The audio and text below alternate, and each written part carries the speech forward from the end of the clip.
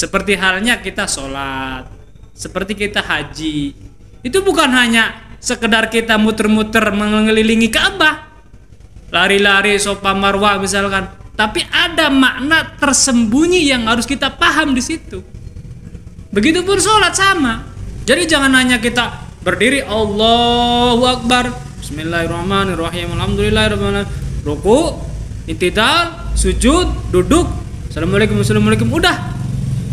Di dalamnya itu ada makna tersembunyi yang bisa merubah perilaku kita menjadi orang yang berperilaku terpuji.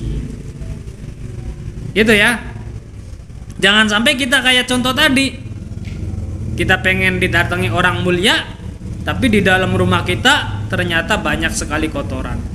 Kita kelihatan zahirnya ini bersih, ternyata di dalam hatinya kita banyak kotoran. Itu nggak baik. Ini mumpung ada yang baru nih, tapi kayaknya Empi udah pernah denger nih.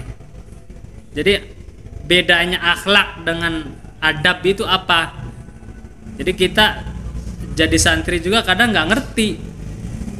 Disangkanya, kita kan sering ya mendengar Kanjeng Nabi itu adalah manusia yang paling mulia akhlaknya ya. Bahkan inama bu'istu liutammima makarimal akhlak. Aku diutus oleh Allah untuk menyempurnakan akhlak manusia. Ada satu lagi, bahwa bangsa ini akan maju tergantung dari akhlaknya para pemudanya. Nah, akhlak itu apa? Akhlak itu dari kata kholaqo, atau dalam bahasa kitanya namanya penciptaan, perilaku. Nah ini, akhlak itu meliputi apa? Akhlak itu meliputi sifat-sifat yang terpuji di dalam diri kita.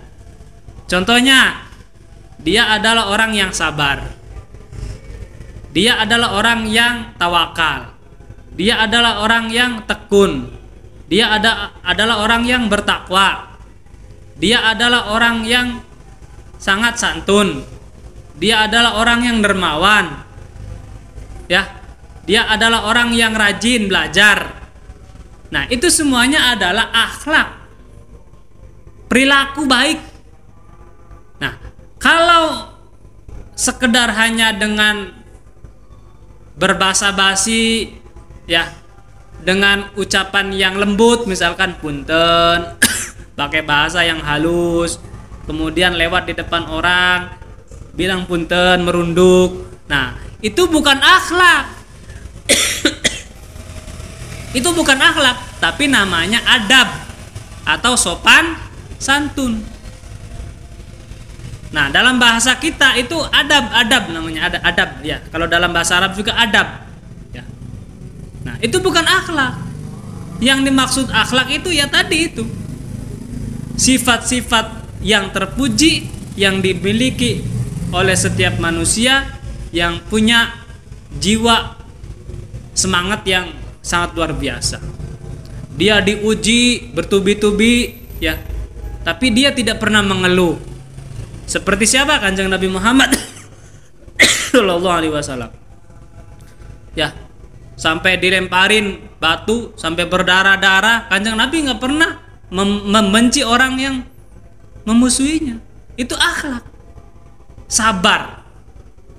Ya, Kanjeng Nabi dari kecil tidak pernah melihat ayah, tapi dia bisa survive, bisa semangat hidup. Bahkan dari kecil Kanjeng Nabi itu udah disuruh kerja, mengembala kambing, domba. Coba bayangin, seorang anak yatim piatu yang dari kecil hidupnya susah, disuruh kerja, tapi dia tegar dan tabah dan tetap semangat. Itu adalah akhlak. Paham ya? Ini nggak perlu dipanjang lebarin lagi, udah paham aja lah antara akhlak dan adab ya. Bukan untuk Allah. Kita sekarang belajar nih sholat. Kira-kira sholat ini keuntungannya buat siapa? Manfaatnya buat siapa? Buat Allah atau buat kita? Hah? Kita sholat tiap hari nih. Kira-kira manfaatnya buat siapa? Hah? Buat kita. Sementara ini kita ngertinya sholat itu buat Allah kan? Padahal Allah nggak butuh sholat kita. Mau sholat mau nggak terserah. Tapi kalau kamu nurut melakukan sholat, maka sholat itu akan memberikan manfaat untuk diri kita. Kita puasa nih, manfaatnya buat siapa? Bukan buat Allah, buat kita. Mau puasa mau nggak terserah sok. Emangnya sekarang kalau orang Islam nggak puasa bakal kena azab? Kena azab langsung nggak? Kena azab langsung nggak? Enggak kan? Nanti kan kena azabnya di akhirat kan? Mau puasa sekarang, mau nggak puasa terserah di dunia. Tapi kalau kita mau puasa, melakukan semua perintah Allah, maka kita akan mendapatkan keuntungan, ya, mendapatkan manfaat, balik lagi untuk diri kita sendiri. Kalau dalam bahasa anak pesantrennya, kita akan dapat ganjaran. Apa ganjaran? Pahala. Apa pahala? Keuntungan, manfaat untuk kita hidup di dunia dan nanti di akhirat. Sekarang logikanya gini, kira-kira orang puasa sehat nggak? Sehat. Ada orang yang kena penyakit mah, tapi dia puasa, kuat nggak? Kuat loh. Padahal lagi nggak puasa, jam 10 siang belum makan itu udah perih minta ampun. Tapi begitu datang bulan Ramadan, dari mulai dia imsak sampai maghrib itu kuat. Bahkan justru puasa itu adalah obat dari segala penyakit. Kenapa Kanjeng Nabi Muhammad SAW sampai melakukan puasa itu rutin Senin dan Kamis untuk puasa sunnah? Karena untuk menjaga dirinya, menjaga badannya, agar ada istirahat. Pentingnya. Nah makanya umat Islam, umatnya Kanjeng Nabi kalau nggak bisa melakukan itu, maka hukumnya wajib puasa, yaitu di bulan Ramadan selama 1 bulan penuh. Hukumnya wajib. Jadi istilahnya ginilah Kanjeng Nabi tuh kalau mau ngomong mah, umatku, jagalah badanmu, berpuasalah Senin dan Kamis. Kalau memang sibuk nggak bisa, wajib hukumnya setidaknya kamu nih puasa 1 bulan penuh dalam 1 tahun. Ngerti nggak? Keuntungannya untuk diri kita lagi. Jadi ada istilah Senin dan Kamis itu sunnah, sebenarnya itu apa ya? Sunnah itu ya afdolnya, bagusnya. Kalaupun tidak melakukan, maka setidaknya kita itu harus melakukan puasa dalam 1 tahun itu selama 1 bulan penuh. Sebagai kompensasi. Ya kalau kita hanya melakukan puasa di bulan Ramadan, berarti kita hanya sekedar memenuhi kebutuhan badan kita. Ya, melaksanakan hak-hak dari badan kita. Badan kita itu punya hak loh. Punya hak nggak? Punya. Badan kita itu butuh tidur nggak? Butuh. Tidur itu adalah hak kita. Butuh naon, Pi? Butuh pisan kan? Makan butuh nggak? Makan butuh nggak? Tapi nggak makan juga butuh. Kalau justru kita nih ya, kita nih contohnya makan terus, kenyang masih makan terus, bakal jadi penyakit nggak? Penyakit berlebihan karena. Jadi badan kita ini punya hak. Puasa itu adalah salah satu hak dari kebutuhan badaniah kita. Sekarang metode-metode ajaran Islam itu dipakai oleh para dokter. Banyak loh di rumah sakit.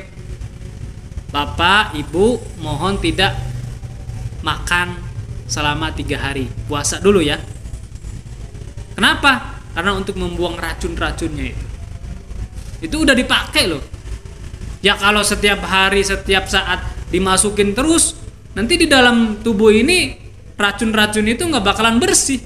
Apalagi kita nggak tahu makanan yang akan masuk ke dalam perut kita ini apakah bersih, steril atau tidak.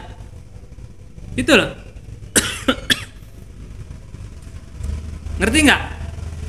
Jadi beragama Islam itu kita diajarkan untuk menjadi manusia yang bersih, manusia yang sehat, manusia yang punya akhlakul karimah, akhlak yang terpuji.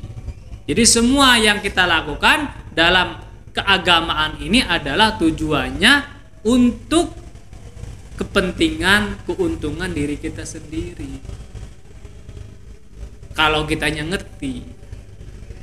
Dan setiap apa yang diperintahkan oleh Allah itu ada makna terkandung di dalamnya. Dan kalau kita mengerti itu sangat luar biasa. Sangat luar biasa. Nah, kalau kita mau menyelam ke dalam, sebenarnya umat Islam itu penting. Pentingnya apa? Agar kita ini mau memeluk Islam, mau menjadi orang muslim yang mempunyai arti di dalam melakukan ibadah itu sendiri. Sehingga kita bukan hanya sekedar melaksanakan kewajiban, malah justru itu adalah suatu kebutuhan. Sholat itu hukumnya wajib atau fardu ain, hukumnya wajib atau harus dilakukan oleh setiap orang Islam kan? Kenapa wajib? Karena itu adalah kebutuhan. Nah, itu loh. Jadi jangan dibalik. Kalau kita pahamnya wajib tapi nggak butuh, ya menjadi beban.